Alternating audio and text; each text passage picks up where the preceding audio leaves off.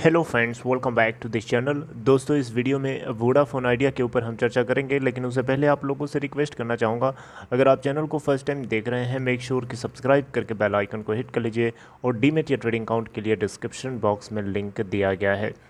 दोस्तों, Vodafone idea का आज अगर हम शेयर प्राइस देखें तो 8.95 पे ओपन हुआ और 8.65 का लो बना डाला और 9.15 का हाई है। टोटल वॉल्यूम एनएससी के ऊपर देखिए तो 10,34,67,944 8.70 के ऊपर बंद हुआ।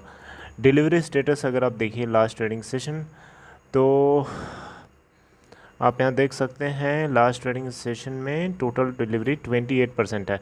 अगर हम बात करें दोस्तों अपडेट की तो Q4 के नतीजे तो आ चुके हैं, आइए डिस्कस कर लेते हैं। रिज़ल्ट आपके सामने है वोडाफोन आइडिया के Q4 के रिज़ल्ट आप देखिए। यहाँ पे जो इनका नेट लॉस हुआ है इस बार 6,563 करोड़ रुपए का आया है। आरपू के अंदर 7.5% की ग्रोथ हुई है। मैंने आपसे पहले भी बताया था कि ये लॉस ही बुक करेगा, प्रॉफिट बुक करने की इसकी औकात नहीं है, क्योंकि जो ज़रूरत है वो कंपनी कर नहीं रही है, प्रॉफिट कहाँ से आएगा, सीधी सी बात है। ऑपरेशन से आने वाले रेवेन्यू को भी अगर आप देखें, चलिए स्टार्टिंग से देख लेते हैं जल्दी जल्दी। देखिए, टेलीकॉम कंपनीज़ में से वोडाफोन आइडिया भी कमज़ोर नहीं है, लेकिन कमज़ोर बनाया जा रहा है। जिस तरीके से चल रहे हैं इस तरीके से कमज़ोर हो सकती है आने वाले टाइम में और ज़्यादा। अगर आप देखें यहाँ पे तो टोटल, अब चलिए प्रॉफिट की बात करते हैं सबसे पहले। तो 6,563 करोड़ का लॉस हुआ है, प्रॉफिट नहीं हुआ है।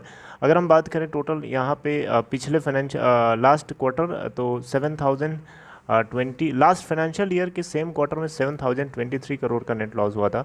तो लॉस में थोड़ा सा रिडक्शन है, लेकिन बहुत ही खुश उछलने की ज़रूरत नहीं है। ऑपरेशन से आने वाले रेवेन्यू की बात करें तो 10,240 करोड़ रुपए का निकल के आया, जबकि एक साल पहले 9,608 करोड़ का आया था। अब ये 6.5% की ईयर ऑन ईयर बेसिस पे ग्रोथ है। टैरिफ हाइक की वजह से ये ऐसा हो पाया है। अगर हम एवरेज डेली रेवेन्यू के अंदर ग्रोथ देखें तो 7.7% क्वार्टर ऑन क्वार्टर बेसिस पे आई है। जब से मर्जर हुआ तब से अभी तक का हाईएस्ट है। आरपू की बात करें, एक बहुत इंपॉर्टेंट पैरामीटर होता है, काफ़ी लोग सोच रहे होंगे क्या आया है। तो दोस्तों, जैसा कि एक्सपेक्टेड था 115 पहले था और इस बार 124 आया है। बहुत ही दुखद है कि सबसे पीछे है, सबसे कम आरपू है इसका। रिलायंस जियो का 168 आया था। अब आप कंपेयर करके खुद ही देख लीजिए। अगर हम EBITDA की बात करें 21.2 बिलियन रुपए निकल के आया, जबकि इससे पहले Q3 फाइनेंशियल ईयर 2022 के अंदर यानी इसी के जस्ट पिछले क्वार्टर में 16.2 बिलियन रुपए का निकल के आया था। नेटवर्क कैपेसिटी एक्सपेंशन में कंटिन्यूसली काम हुआ, ऐसा बताया है इसने। और स्पेक्ट्रम रिफार्मिंग और नेटवर्क अपग्रेडेशन जो 4G के अंदर होना है उसको भी यहाँ पे किया है इन्होंने। लेकिन मुझे ये नहीं पता चल पा रहा है कि ये कब तक ऐसे नेटवर्क अपग्रेडेशन करता रहेगा। पूरी मतलब 4 साल जो मॉरेटोरियम का टाइम मिला है पूरा अपग्रेडेशन में ही लगा देंगे ये लोग, लगता है ऐसा। अगर हम मार्च एंड के तक देखें तो कंपनी के पास टोटल जो डेट है 1,96,420 करोड़ रुपए का। आप ये डेट देख सकते हैं। ये डेट देखिए, हाथी जैसा बड़ा सा डेट है और एक चूहे जैसी कंपनी है। अब हाथी के चूहे के ऊपर हाथी बैठेगा तो चूहे की औकात है टिके रहने की? इम्पॉसिबल। आप डेट देखिए, ये डेट देखिए, ये डेट देख कर रूह कांप जाती है इंसान की। और ये लोग मजाक कर रहे हैं एक तरीके से। They are not raising fund, वो फंड किसी तरीके से रेज नहीं कर पा रहे हैं। अब देखिए, सरदार को सामने कर दिया, सरदार जी को सामने कर दिया।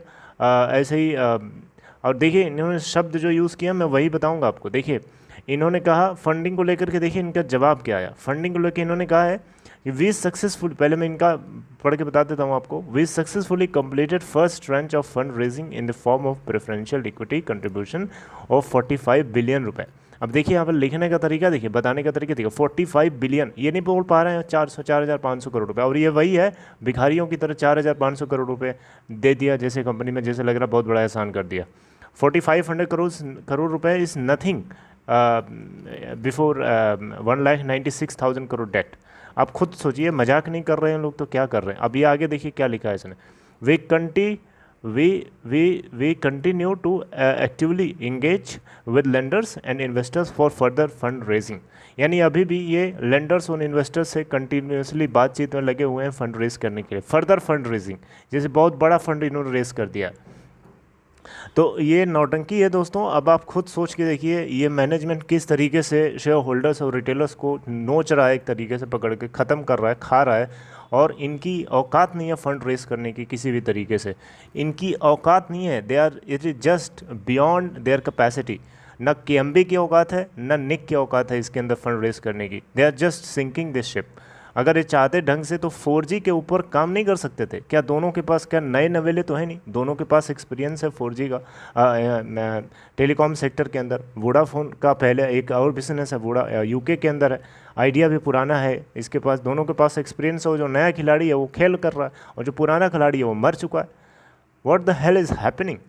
मतलब दिस इज़ एब्सोल्युटली अनटॉलरेबल। ये एक टॉलरेबल सिचुएशन नहीं है इन्वेस्टर्स के लिए, एक बहुत ही ज़्यादा पेनफुल सिचुएशन है। And they are not understanding, they are just मतलब टाइम पास कर रहा है एक तरीके से। 4 साल का टाइम ले लिया इसने, उसके बाद भी ये टाइम पास कर रहा है और टाइम पास करके पूरा समय ऐसे ही निकाल देगा, यही बताते बताते कि वो फंड रेस कर रहे हैं, फंड रेस कर रहे हैं। अब आप खुद सोच के देखिए दोस्तों, इस हालात में, इस सिचुएशन में हमें क्या करना चाहिए?